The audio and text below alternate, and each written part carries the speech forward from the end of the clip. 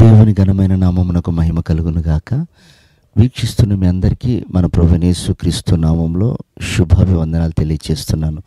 ఈరోజు మన దేవుని వాగ్దానం ఆదికాండము 26వ అధ్యాయము 24వ వచనం. నేను నీకు తోడై ఉన్నాను కనుక భయపడకు. ప్రియమైనటువంటి దేవుని సంగమా, మానవుడు భయస్థుడే, పిరికివాడే. కానీ మనం ఆరాధిస్తున్న దేవుడు లోకాన్ని జయించినవాడు. అందుకే మొదట మనం ప్రభువుని అంగీకరించేటప్పుడే నన్ను రుచి చూసి తెలుసుకోండి అనుంది బైబిల్లో. అంటే మనం ఆరాధించే దేవుడు ఎవరో, ఆయన ఉనికి ఏమిటో, ఆయన శక్తి ఏమిటో తెలుసుకోకపోతే మనం ప్రభు పైన పూర్తిగా ఆనుకోలేం. మాటి మాటికి అపవాది బెదిరింపులకు, వాని యొక్క కుతంత్రాలకు భయపడిపోతూ ఉంటాం. అపవాది యొక్క ఉద్దేశం అంతా కూడా మనలను పడగొట్టాలని, దేవుని నుండి దూరం చేయాలని. అందుకే దేవుడు వాగ్దానం చేస్తున్నాడు ఈ ఉదయకాలం, భయపడకు, తోడై ఉన్నవాడను నేనే అంటాడు. నేనే అనే మాటలో ఎంత రోషం ఉంటుందండి. చూడండి, ఒక్కోసారి మనల్ని ఎవరనివనంటే నన్నేనా నీవనేది అని మనం దాన్ని దీర్ఘం తీసి మాట్లాడతాం. లేదా మనం ఏదైనా చేసినప్పుడు నేను చేశాను అని చెప్పుకుంటూ ఉంటాం. అంటే ఆ మాటలో ఎంత ధైర్యం కలిగి ఉంటుందో మీరు ఒకసారి ఆలోచన చేయండి. ఇప్పుడు నా ప్రభు అంటాడు, నేను నీకు తోడై ఉన్నది, భయపడకు. ప్రియమైన దేవుని బిడ్డలారా, దేవుడు తోడై ఉంటే మనలో భయం ఉండదు. చూడండి, దావీదు ఎదుట గొల్యాతు బలశౌర్యం కలిగిన వాడు, చాలా బలవంతుడు. ఇతడు బాలుడు. కానీ అతన్ని చంపడానికి వెళ్ళేటప్పుడు ఆ దేశం యొక్క రాజు, వాళ్ళ సైన్యము గడగడ ఉనికిపోతున్నారు. కానీ దావీదు భయపడట్లేదు. కారణం ఏంటంటే అతనికి తోడై ఉన్నవారెవరో అతడు గ్రహించగలిగాడు.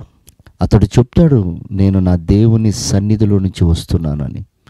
అంటే ఇక్కడ మనం నేర్చుకోవాల్సిన పాఠం ఏమిటంటే, దేవుని సన్నిధిలో మనం ఎదుగుతున్నప్పుడు, దేవుని మాటల చేత మనం బలపరచబడుతున్నప్పుడు, అభిషేకం చేత నింపబడుతున్నప్పుడు మనలో పిరికితనం ఉండకూడదు.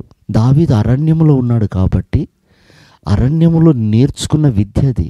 అంటే ఎవరి తోడు లేనప్పుడు, ఎవరి మాటలు వినకుండా కేవలం దేవుని మాటలే వింటూ, దేవుణ్ణి స్తుతిస్తూ, దేవునితో అంటుకట్టుబడి ఉన్నాడు కనుక గొల్యాతు పెద్ద సమస్యగా లేడు.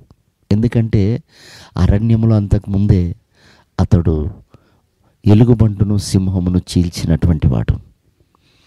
అరణ్యంలో గొర్రెలు ఉన్నాయి కనుక ఎల్లప్పుడూ మెలకువగలిగి ఉండేవాడు. ప్రియమైనటువంటి దేవుని బిడ్డలారా, అతడు దేవుని సన్నిధిలో ఉన్నాడు కాబట్టి గొల్యాతును చంపగలిగాడు, భయపడలేదు.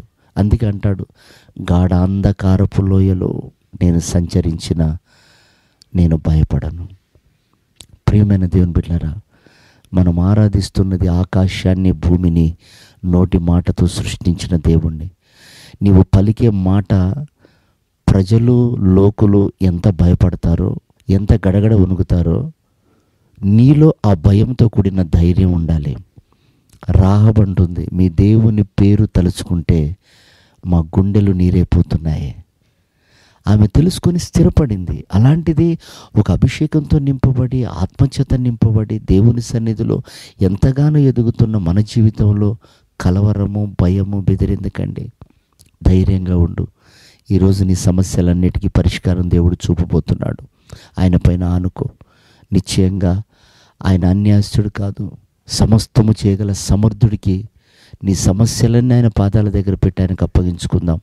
ఆయన మహిమగల రాకడకు సిద్ధపడదాం. ప్రభువటి కృప మనందరికీ దయచేయను గాక.